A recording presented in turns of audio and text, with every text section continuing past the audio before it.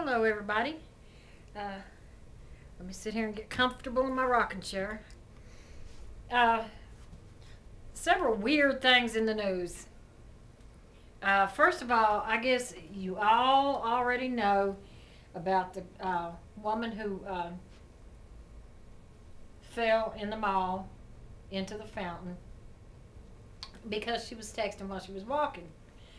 Now, if you haven't seen it, let me take my keys off. If you haven't seen it, I don't know where you've been because it's been all over the news, and now it's all over YouTube. She was texting and just fell into the fountain. Now, she's embarrassed, and rightfully so, but she's got a lawyer now, and she's going to sue them all. She said because the security guards never bothered to ask her if she was okay. All they did was laugh at her. Come now. You know, had that been anybody else and not her, she'd have laughed too. And so she got out of the water and got up and walked away. So what was they supposed to do? Come out and run after her and see if she was okay? No. She wasn't in there drowning. She did get up and walk away. It was ignorance on her own part that she couldn't watch where she was going while she was texting.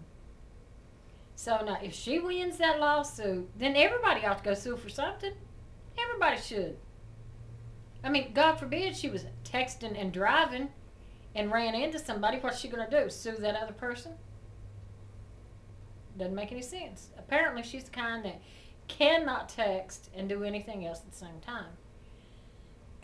Now, I love to text, and I'd rather text than talk, but I've never fallen into a fountain or lost my balance and fell anywhere from texting. I'll always stop and text. But anyway, then not only did she get a lawyer, but she said it was because of it, that she was so embarrassed and that she feels like the security guards at the mall humiliated her. First of all, she humiliated herself by falling into that water while texting. Second of all, I mean, it's nobody's fault but her own. It's her own fault. So how I don't understand how she thinks she can sue somebody. And then she said that it was humiliation. Now, everybody that has seen it on YouTube, which has had, oh God, I don't know how many views, but everybody's seen it. But yet, if you didn't know her, you would never know that it was her. Yet she went on CNN and basically put her face on there and told the world, I was so humiliated and it was so wrong and they laughed at me. And I called my husband, I called him Daddy. I said, Daddy, they have me on YouTube. That's what she said. Why did she even show her face on there? If she was that humiliated, she, you know, at first everybody was laughing about the woman that fell in the water. And that's all we knew her as.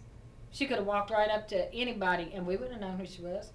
But she went and put her face on TV and humiliated herself even further. It's just bizarre. Speaking of bizarre, there's another bizarre thing in the news. These boys, these teenage boys, broke into this woman's home and they stole various items, you know, computers, whatever. And they also stole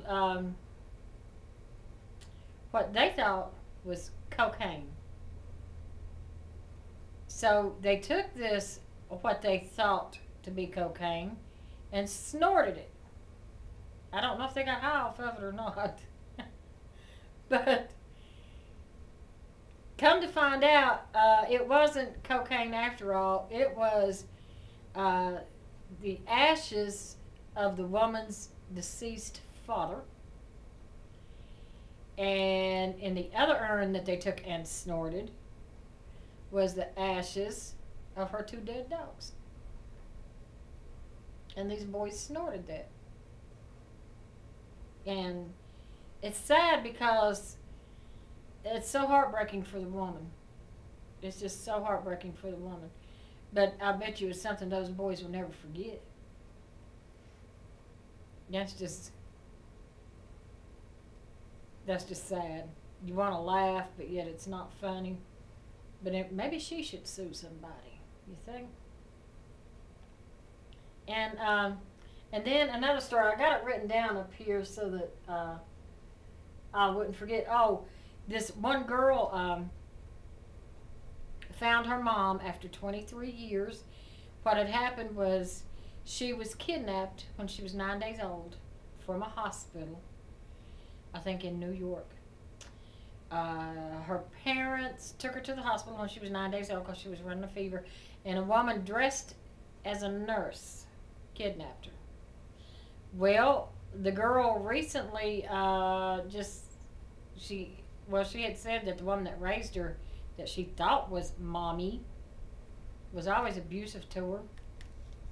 And she said she always felt out of place around her, and then she didn't look like her at all.